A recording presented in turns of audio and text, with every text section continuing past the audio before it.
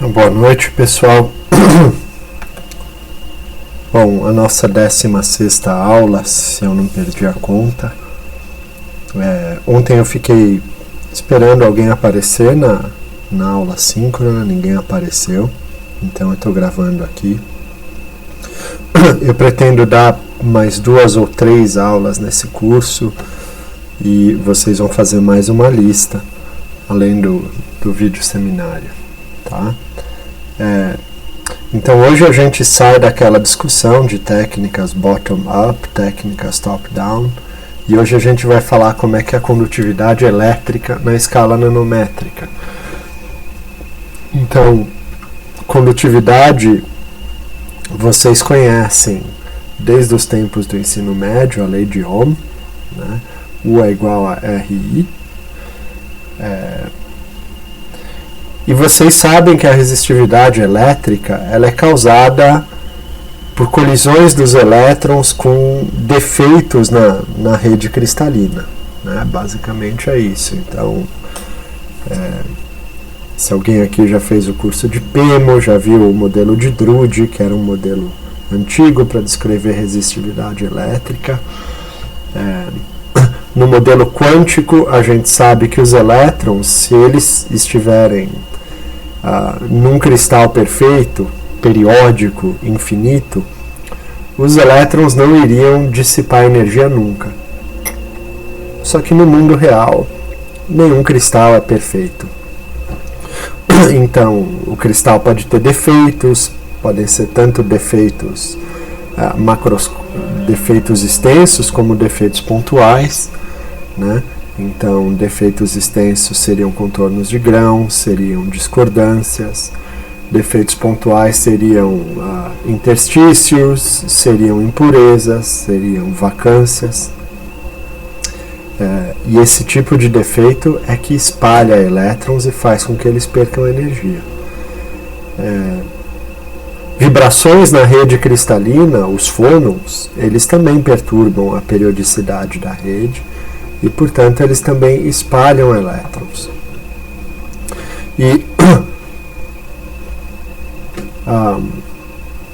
Então, existe uma escala de comprimento característica para esses fenômenos de espalhamento, que é a média entre duas colisões dos elétrons. E vai depender muito de material para material, vai depender da temperatura, do regime.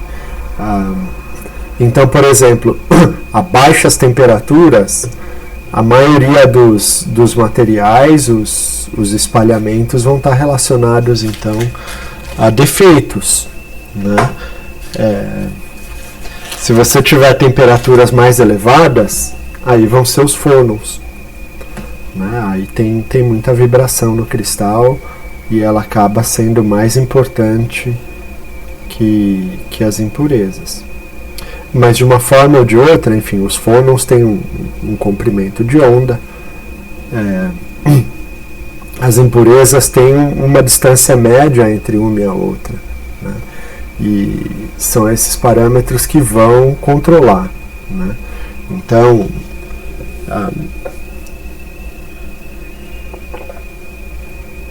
a gente estima que num material médio, a distância entre essas colisões é da ordem de 100 nanômetros. Então a pergunta é, o que acontece se os elétrons fluírem por uma região que é menor que esse comprimento natural de espalhamento, né? Esse lambda d, né? Então a gente está falando aqui de estruturas que têm poucos nanômetros de comprimento, e eu estou falando que o comprimento característico, a distância característica, o caminho médio livre característico, em muitos materiais é da ordem de 100 nanômetros. Então, se eu pegar um filme fino, que é mais fino do que 100 nanômetros, alguns desses elétrons vão se propagar lá sem colidir com nada, né? Então, a gente espera que a condutividade seja muito grande. É isso? Bom, existem outras questões envolvidas. Então, uma maneira da gente começar essa discussão são chamados os nanofilamentos ou nanoconstrições. Então, é como você pegar um fio metálico e você esticar ele até formar um pescocinho que pode ser, eventualmente, no limite, composto por alguns poucos átomos, né? Um átomo de espessura, um nanofio.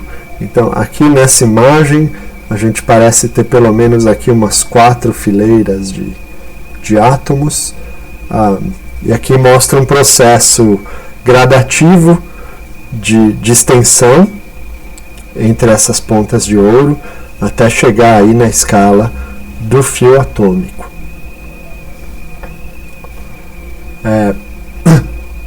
Eu falei ali puxando um fio ou outro, e aqui eu só vou fazer um parêntese rápido.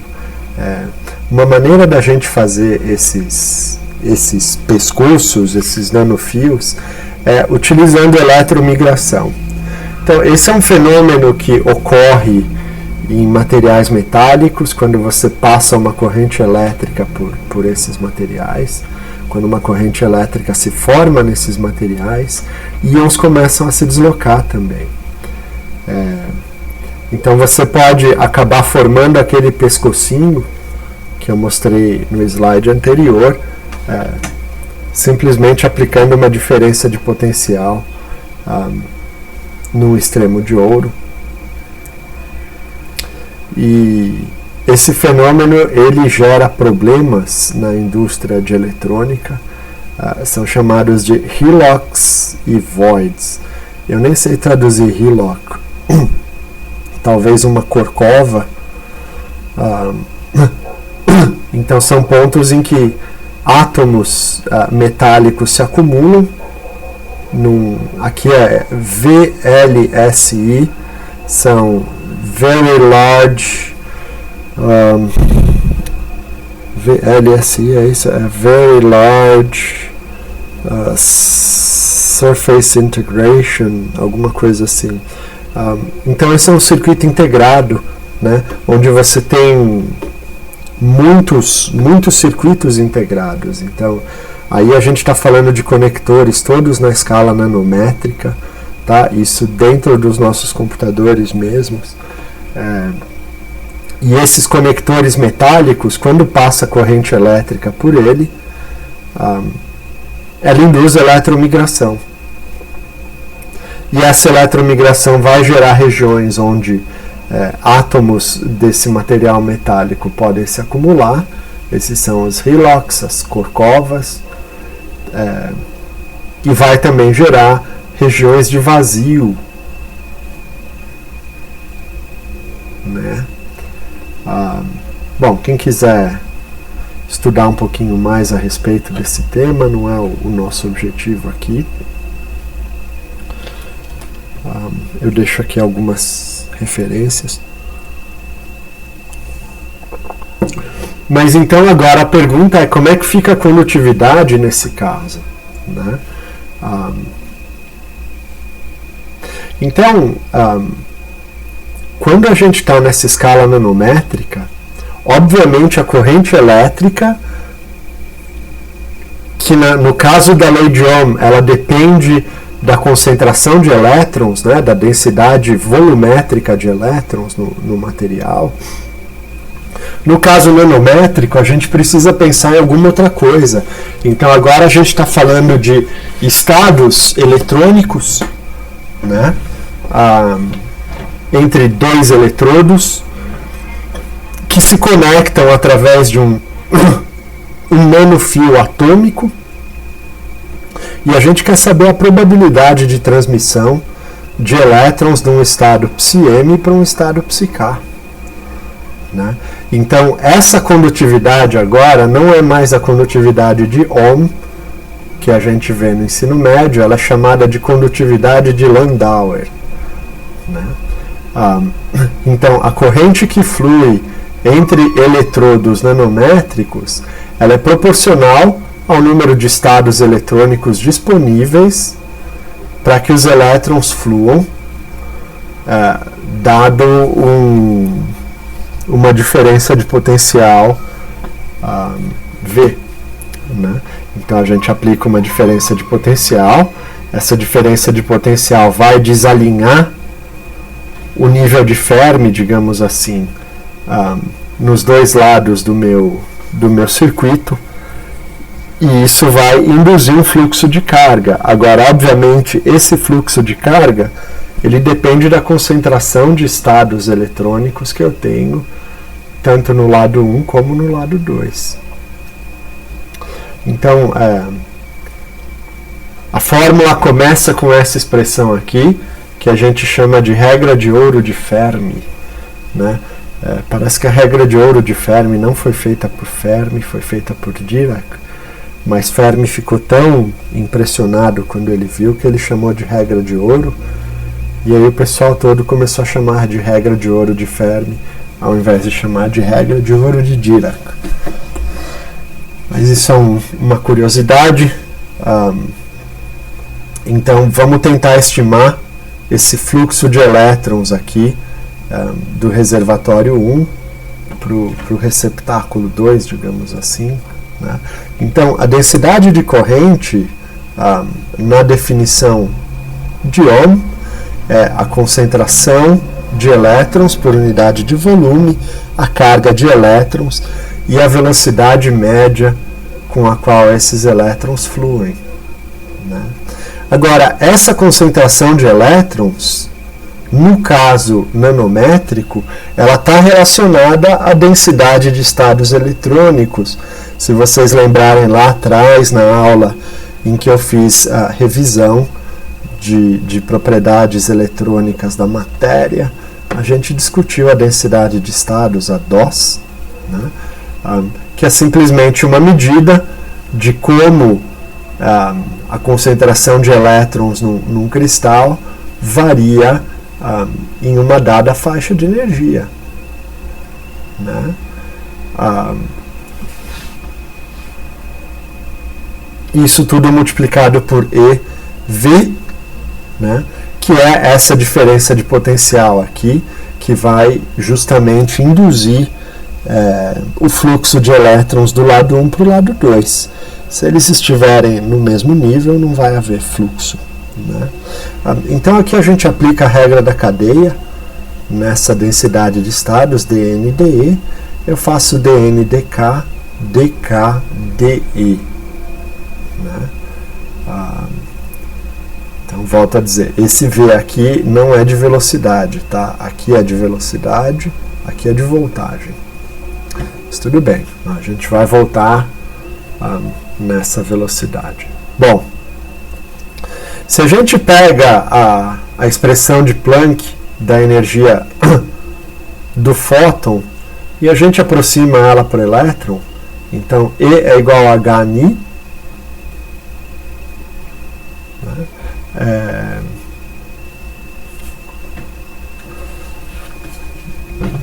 A gente então consegue escrever essa expressão aqui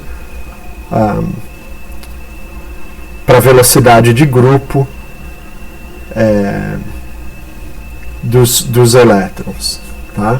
Então, esse dKdE é simplesmente 1 sobre H cortado VG, que é a velocidade do grupo. Bom, a variação do número de estados eletrônicos em relação ao vetor K, de novo lá na aula em que a gente discutiu estrutura eletrônica de sólidos cristalinos. Se vocês lembrarem, eu mostrei ali um desenho de uma esfera cheia de pontos, em que cada ponto representava um estado eletrônico, né? A distância entre esses pontos era 2π sobre L, né? Onde L era o tamanho do cristal, que tende a infinito. Então a distância entre dois pontos K contíguo é de 2π. Né? Então aqui a variação do número de estados em relação ao vetor k é 1 sobre 2π. Então, colocando isso tudo junto, né, na corrente elétrica, a densidade de corrente elétrica, que vai ser esse N vezes a carga do elétron vezes a velocidade de grupo, né? Então aqui eu coloco esses resultados desse Nzinho que a gente descobriu. Eu estou multiplicando todo mundo aqui por 2 por causa do fator de spin, tá? Então, lembrando que H cortado é H sobre 2π, né? Isso aqui vai ficar um H, a velocidade de grupo dos elétrons vai cortar a velocidade de grupo. E... amor. Oh, minha querida, vem cá. Ai, tudo bem, querida. Meu papel de lição de casa rasgou. Ai, querida.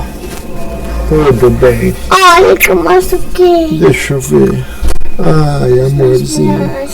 Vai passar logo, tá? Vai até fora minha calça. É mesmo, amor? O papai tá gravando a aula agora. Tudo bem. Não faz mal. Os alunos vão se divertir um pouco. Vem cá, Morita. Acende a luz, por favor. Bom, então, pessoal, a gente vai simplificar aqui. Então, a velocidade de grupo, que é uma propriedade que depende do cristal, ela acaba se cancelando aqui. E, portanto, a gente vai concluir que a corrente que se forma nesse sistema aqui,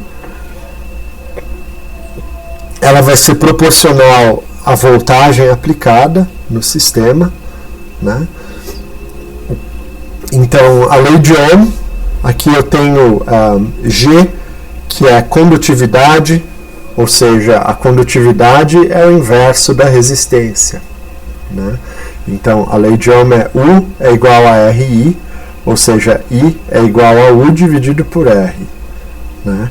Ou eu coloco em termos de G, que é condutividade, e que é o inverso, portanto, da resistência, né? Então, essa expressão aqui vai me dar que a condutividade de Landauer, ela não depende do material que eu estou usando, né? Isso daqui é a condutividade por canal eletrônico, ou seja, por estado eletrônico que tiver sendo envolvido nesse sistema, né? Então, os elétrons têm que estar num estado eletrônico do lado 1 e tem que passar para um outro estado eletrônico no lado 2. E o que a condução de Landauer me diz é que esse fluxo de elétrons ele vai ser mediado por números inteiros, ou seja, a condutividade ficou quantizada, pessoal, né? Então a corrente elétrica agora é quantizada. Então esse resultado é bastante surpreendente, né?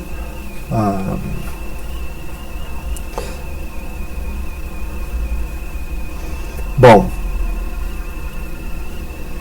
então a gente viu que não existe dependência específica do material que está sendo usado.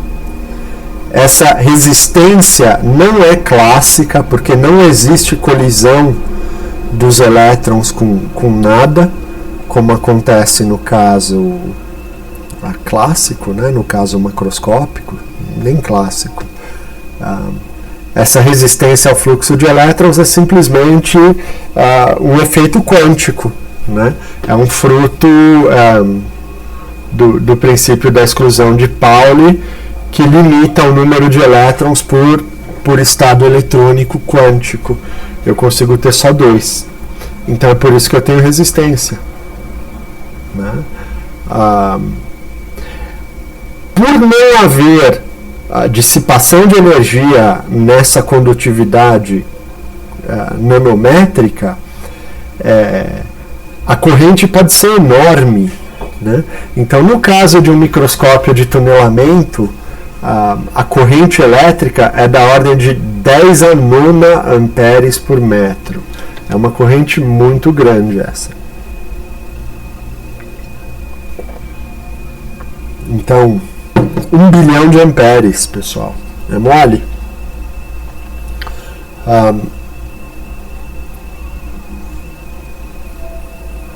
E a probabilidade de transmissão de elétrons de um contato para o outro varia de acordo com o bias, né, com o campo elétrico, com a diferença de potencial que a gente aplica entre eles. Então, isso é a condutividade de Landauer e ela é quantizada. Aqui nessa imagem mostra uma junção de ouro, né? Então, conforme esse pescocinho dos fios de ouro vão se afunilando, a condutância vai diminuindo, né? Então, primeiro eu tenho 3 canais, depois eu tenho 2 canais, depois eu tenho 1, e finalmente eu não tenho nenhum, quando o fio se rompeu de vez. Isso daqui são resultados experimentais, tá bom? Então a condutividade de Landauer é algo verificado mesmo. Bom, agora, quando eu tenho um contato nanométrico, então aqui no caso eu tenho 2 eletrodos e entre eles eu tenho um contato, tudo na escala nanométrica. Então pode acontecer um fenômeno aqui chamado de bloqueio coulombiano, né? Então, bloqueio é óbvio para vocês o que quer dizer, e Coulomb é a lei que descreve a força de interação entre cargas elétricas. Então, como vocês podem imaginar, aqui o que vai acontecer é que se esse contato entre os 2 eletrodos tiver carga elétrica, ele vai bloquear o fluxo de carga entre os 2 eletrodos. Se a carga elétrica ficar parada aqui dentro, ela vai impedir que mais elétrons fluam, né? Então, os elétrons vão pular de um contato para a partícula central e depois dessa partícula central para a partícula seguinte.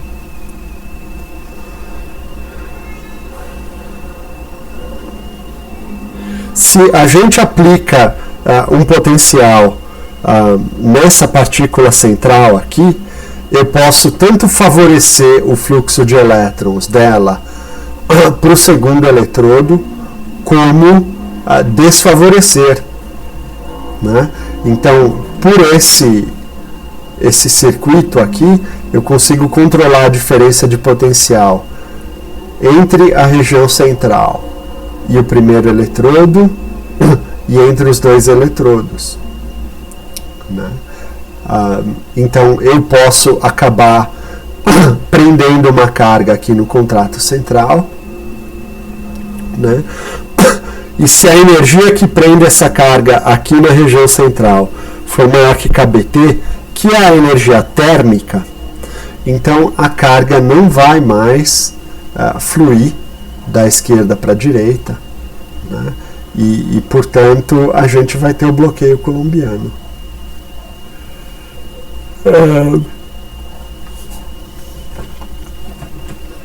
A gente pode ir alterando esse potencial e vendo o bloqueio coulombiano acontecendo em diferentes canais, né? Porque, afinal, esse contato intermediário aqui, ele não tem necessariamente apenas um nível eletrônico, né? Então a gente pode fazer uma estimativa da energia que é para carregar essa região central.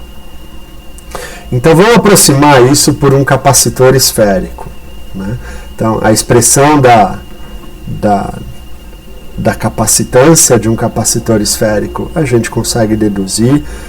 O livro do Lindsay faz, isso daqui está no capítulo 7 do Lindsay. Então,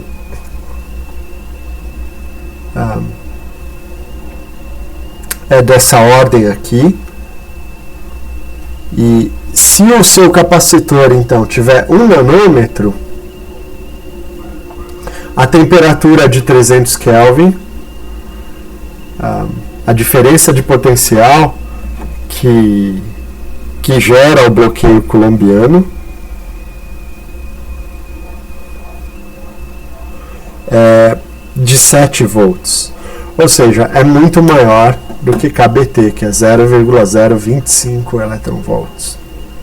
Se você pega um interconector da ordem de 100 nanômetros a 300 Kelvin, aí a energia para arrancar a carga desse capacitor é só de 7 milivolts. Aí nesse caso você já consegue ver o bloqueio coulombiano. Você já consegue vencer o bloqueio coulombiano só com a energia térmica, tá? Bom, então é óbvio, né? Quanto menor é o meu sistema, mais marcados são os efeitos quânticos que a gente consegue ver, né? E aqui então está mostrando o carregamento de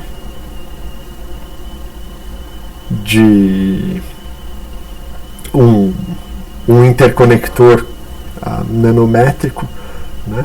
Então eu tenho 2 interconectores diferentes, obviamente essas curvas vão ter inclinações diferentes, mas a gente vê aqui esses degraus mostrando o bloqueio coulombiano acontecendo de um canal para o outro, né? Bom, chamado de escadaria de Coulomb.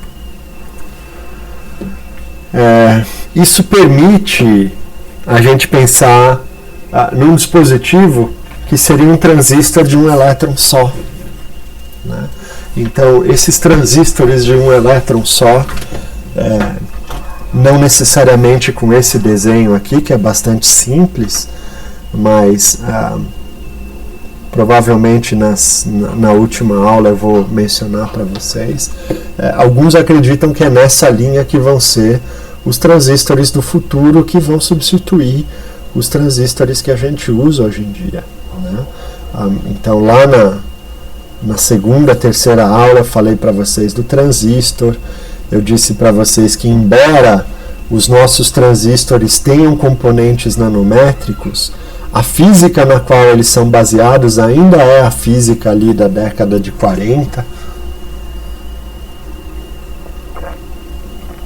A gente não teve uma mudança de paradigma nisso ainda. A gente teve soluções de engenharia para permitir que a gente continuasse reduzindo os transistores.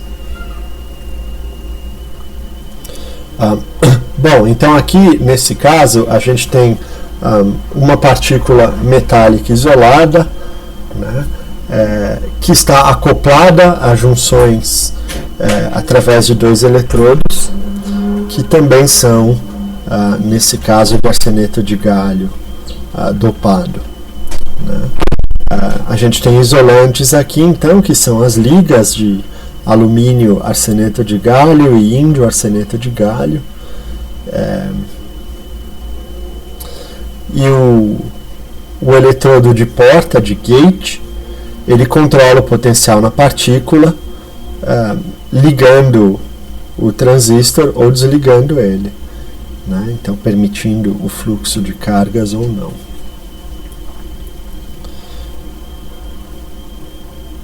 Então o que acontece aqui, pessoal?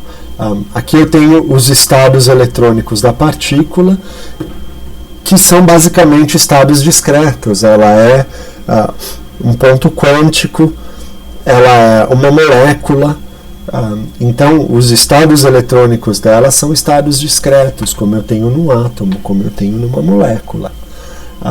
Já nos eletrodos eu tenho bandas de energia, níveis contínuos, né? Então, de acordo com o potencial que eu aplico no gate, eu vou mover os níveis do ponto para que eles se alinhem com os níveis do eletrodo, né? E assim eu vou poder induzir fluxo de corrente elétrica através desse sistema. Eu posso inclusive determinar quantos canais de condutância que eu vou abrir aqui, dependendo do bias que a gente aplica, né, nessa porta. Então, esse ainda não é uma realidade de transistores, mas provavelmente num futuro muito próximo vai ser algo parecido com isso, tá? E a gente vai voltar nessa discussão daqui a algumas aulas. Bom, em geral, quando a gente faz esses gráficos de condutividade em função da voltagem aplicada no gate desses sistemas, a gente usa a diferencial da corrente em relação à voltagem, ao invés de fazer a corrente em função da voltagem mesmo, como está aqui. Tá?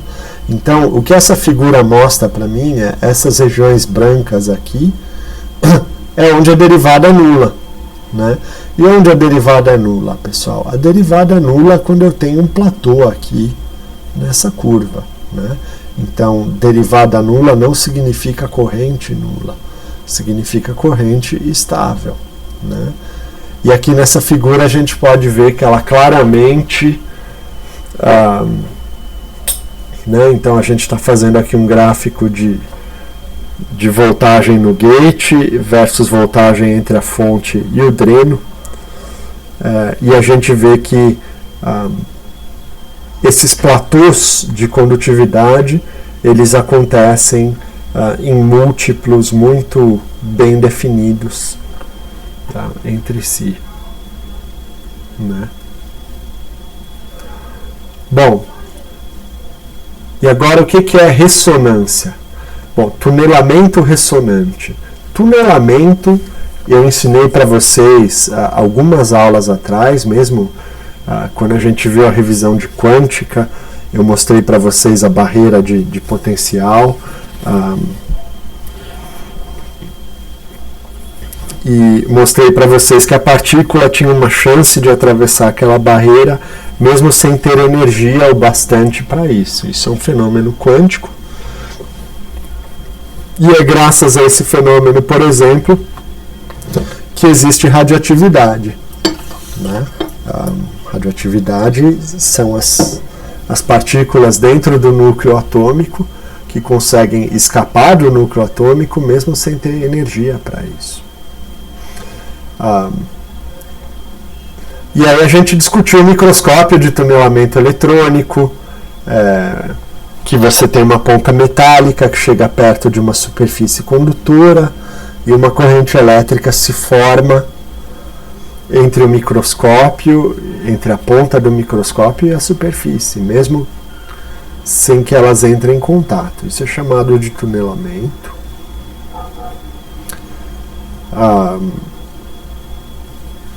E o que acontece no tunelamento ressonante? Bom,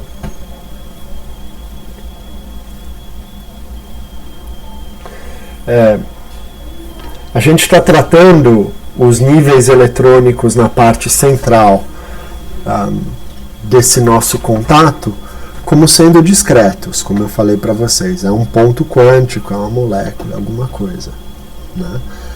Isso é válido se a hibridização eletrônica entre a partícula e os contatos for pequena, né? Significa que os estados eletrônicos dessa região eles ainda mantêm a característica do ponto isolado, ou seja, ela não se misturou com os eletrodos formando uma coisa só, né? Agora, quando esse acoplamento é forte, o sistema todo vira uma coisa só. O sistema eletrodos mais a partícula central vira uma coisa só. Isso é o que a gente chama de ressonância. Tá? Então,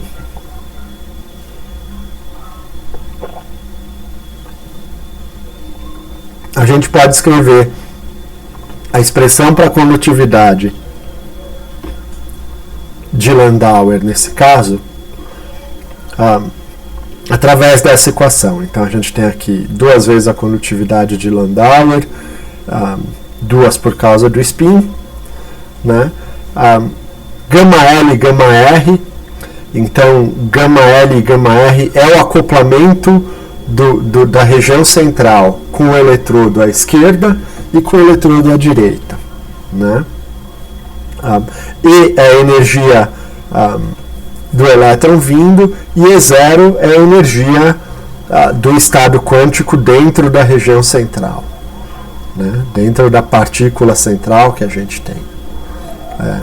Então, se a gente assume que essa energia é igual, que a energia da partícula vindo pelo eletrodo da esquerda, eu estou assumindo aqui sem perda de generalidade que o fluxo de partícula é da esquerda para a direita. Então, se a energia dessa partícula é igual à energia do estado eletrônico dentro do ponto, a gente chega nessa expressão aqui. E se a gente ainda assumir que o acoplamento da região central com os 2 eletrodos é igual, ou seja, gama L é igual a gama R, aí a gente vai chegar que a condutância nesse sistema vai ser metade da condutância de Landauer, né? Então, ou seja, o que isso está me dizendo é que os elétrons estão vindo do eletrodo da esquerda, passando pela região central e indo para a região da direita, como se fosse uma coisa só, como se fosse um único estado quântico que se estende do eletrodo da esquerda para a região central, para o eletrodo da direita. Tá? Então, é só isso que essa expressão está me dizendo. Obviamente que na vida real, a gente calcular esses acoplamentos não é fácil de fazer, mas esse regime de condutividade ele pode acontecer, tá? E aí no caso, por exemplo, que a gente tem um transistor de um elétron só, isso pode não ser desejável, né? Então, na ressonância, a ilha central age como se fosse um canal metálico conectando os 2 eletrodos. Esse resultado é válido quando as constantes de acoplamento entre a ilha central e os 2 eletrodos são significativas, ou seja, não basta elas serem iguais, tá, gente? Se ela for muito pequenininha, o que vai acontecer é que a carga vai se acumular na ilha central e não vai passar para o eletrodo da direita, portanto eu vou ter uma situação de bloqueio coulombiano.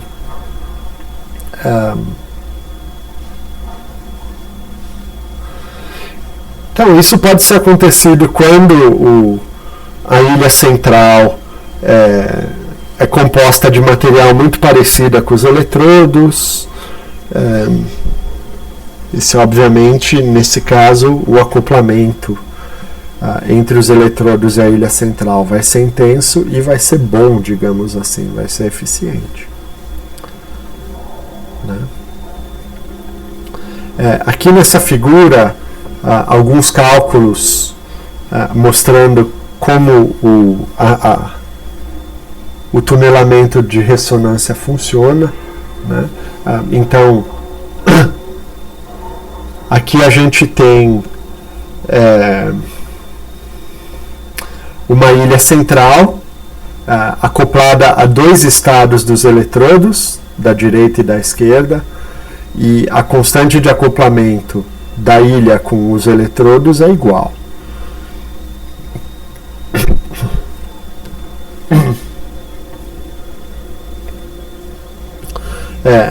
A curva C, que é essa aqui um pouco menor, então eu tenho de novo a ilha central acoplada a 2 estados dos eletrodos, mas agora o acoplamento da ilha central com o eletrodo da esquerda é 4 vezes maior do que o acoplamento da ilha central com o eletrodo da direita.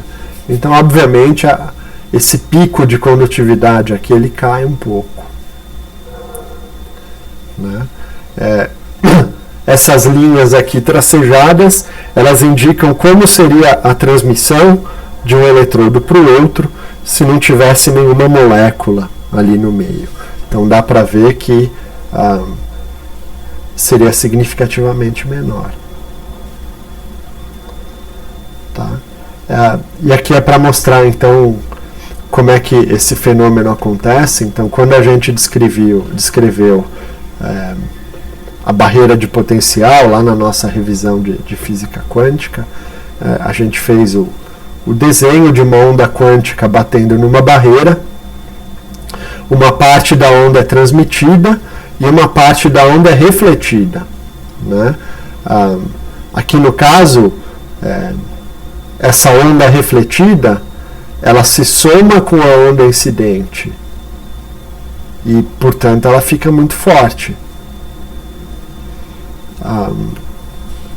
A mesma coisa aqui, então. Aqui eu já atingi um regime estacionário da onda transmitida, uma região de ressonância, onde a onda refletida e a onda incidente se reforçam, né?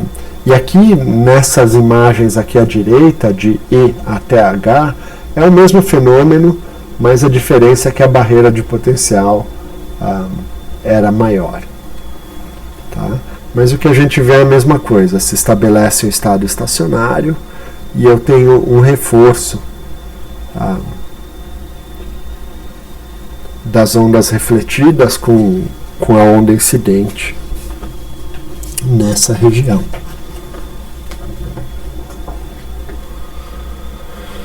Muito bem. Bom, agora falando já do capítulo 8 do livro, essa discussão toda ela é ensejada por causa de junções moleculares. Então, isso foi algo muito em voga no começo dos anos 2000. Hoje em dia é menos, mas continua sendo relevante, né? Então, o que eu quero saber? Quando eu ligo estruturas em escala nanométrica, e aqui em particular moléculas, como é que vai ser o fluxo de elétrons de uma para outra, ou se vai ter fluxo ou não? Então, o que acontece se eu usar essas moléculas como junções entre eletrodos, né?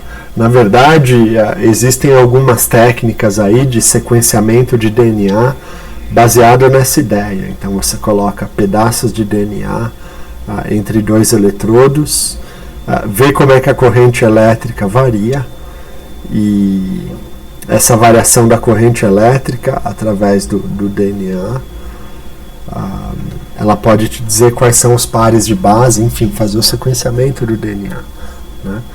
Então, aqui no caso eu tenho 2 moléculas intermediadas por uma cadeiazinha polimérica, né? E eu tenho que os elétrons, então, se vocês lembram, o orbital molecular de energia mais alta que está preenchido a gente chama de HOMO, ou HOMO, e o orbital de energia mais baixa que está vazio a gente chama de LUMO, né? Então, o HOMO, nesse caso, no lado da direita aqui, essa molécula TTF, é muito maior do que o HOMO do outro lado. Portanto, o fluxo de elétrons deveria ser espontâneo quando eu ligo essas duas estruturas, né? E a utilidade disso é, eu quero estudar, entender displays de cristal líquido. Então, o cristal líquido são moléculas, são sólidos moleculares, né? Células solares decoradas com corantes, então a gente tem moléculas interagindo umas com as outras e interagindo com semicondutores.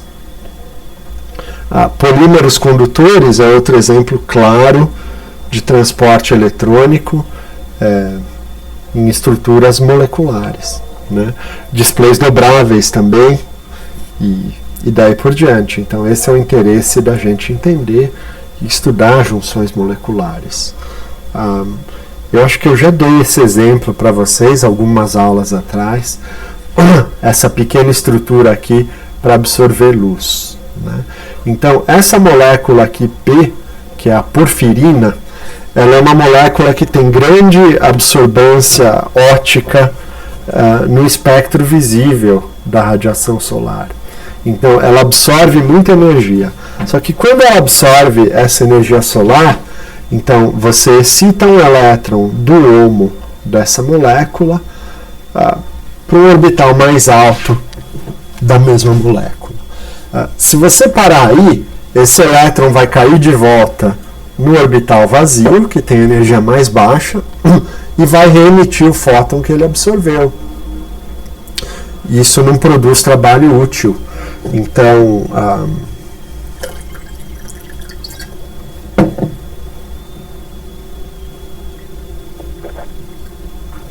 a solução é ligar essa molécula de porfirina com um material que é o C60, que é um material que tem altíssima eletroafinidade, né? Então, esse material tem alta eletroafinidade, alto potencial de redução e, portanto, ele recebe o elétron da porfirina. Por outro lado, essa molécula aqui comprida é o caroteno, né? Que está na cenoura, se eu não me engano, e essa molécula tem um potencial de oxidação baixo. Então significa que ela perde elétron facilmente, então ela vai jogar o elétron dela aqui para o buraco da porfirina e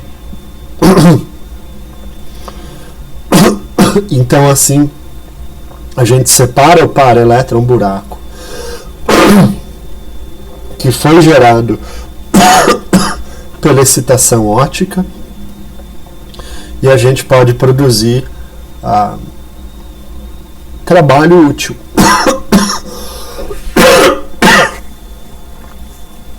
Então, algumas perguntas importantes surgem quando a gente quer estudar esse tipo de fenômeno. Quais são os estados eletrônicos ocupados por elétrons no complexo ou nas moléculas? Como as moléculas se carregam para formarem íons? O que torna uma molécula doadora e o que torna outra uma aceitadora de elétrons? Como é que as cargas se movem através de um material molecular sólido? Uma molécula linear pode formar um fio? Como elétrons são transferidos entre eletrodos de metal e moléculas? E como as energias disponíveis se alinham com o nível de Fermi desses metais ou desses semicondutores? Bom, são perguntas complexas e não tem respostas fáceis. As respostas passam por simulações computacionais, por cálculos variacionais. Se vocês olharem ali o livro do Lindsay, no capítulo 8, ele exemplifica esses cálculos variacionais. Então são cálculos feitos ali na mão, no livro. Obviamente que no mundo real a gente usa um computador. Bom, polímeros condutores, aqui in a nutshell, para quem nunca viu, são polímeros descobertos ali na década de 80, se eu não me engano, com condutividade elétrica surpreendentemente alta, inclusive a aparência deles ficou metálica e foi descoberto meio sem querer. Um pós-doc ali do pesquisador tratou os polímeros com uma quantidade muito maior do que devia de agente oxidante. Eu não lembro agora o que ele usou, se ele usou iodo, cloro, arsênio ou ferro. Existem outras. Então a gente tem esse tipo de polímero onde existem nesses anéis aqui de pentacenos, de pirrólicos, né? Ligações duplas, ligações ressonantes, e os centros de oxidantes, os agentes oxidantes, foram incorporados nessa cadeia. Então, no primeiro passo, esses agentes oxidantes, eles vão destruir uma ligação dupla em cada um desses pentágonos aqui e vão pegar para si essa ligação dupla, né? Então, 3 ligações duplas desapareceram, 2 novas ligações duplas subiram, sobrou um elétron. Esse elétron vai passar por agente oxidante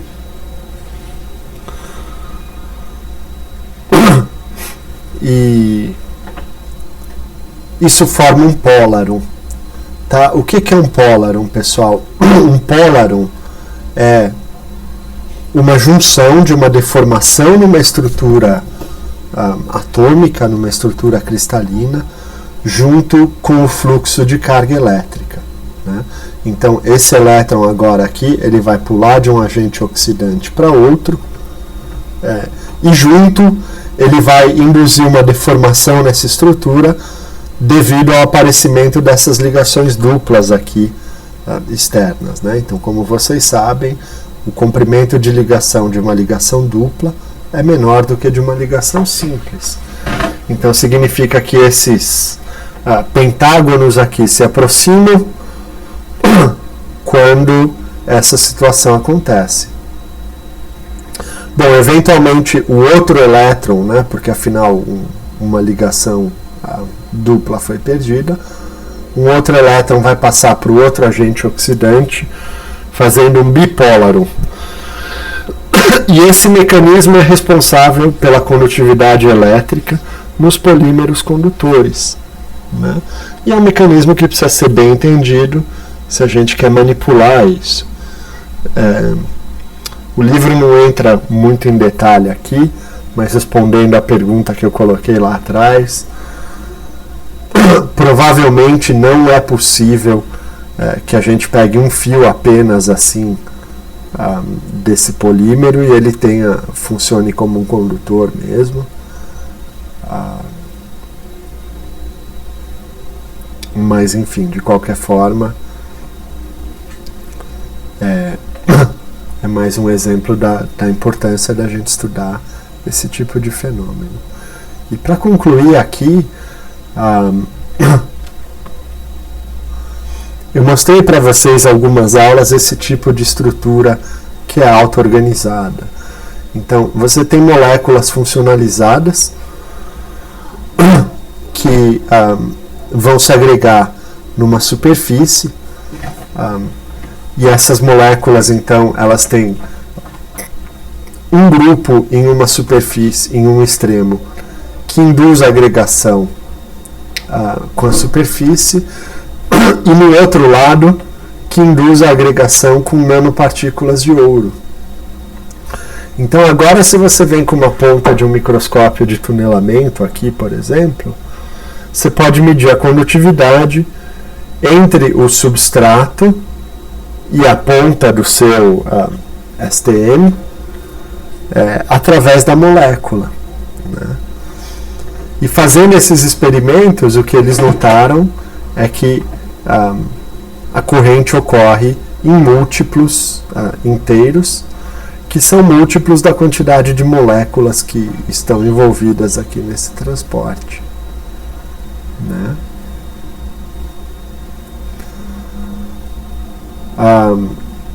Era o que eu queria falar hoje. É importante dizer que essa área aqui de medição de condutividade molecular, ela muitas vezes é pouco reprodutível. Os cientistas descobriram que até mudando o ângulo entre essas moléculas aqui, a condutividade muda completamente. Então, é um sistema extremamente difícil de estudar, de trabalhar.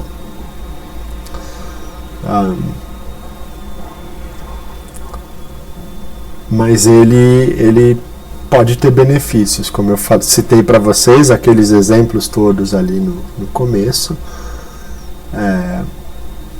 e também o próprio sequenciamento de DNA, de bases de DNA. Tá bom? Então esses foram os capítulos 7 e 8 do livro do Lindsay.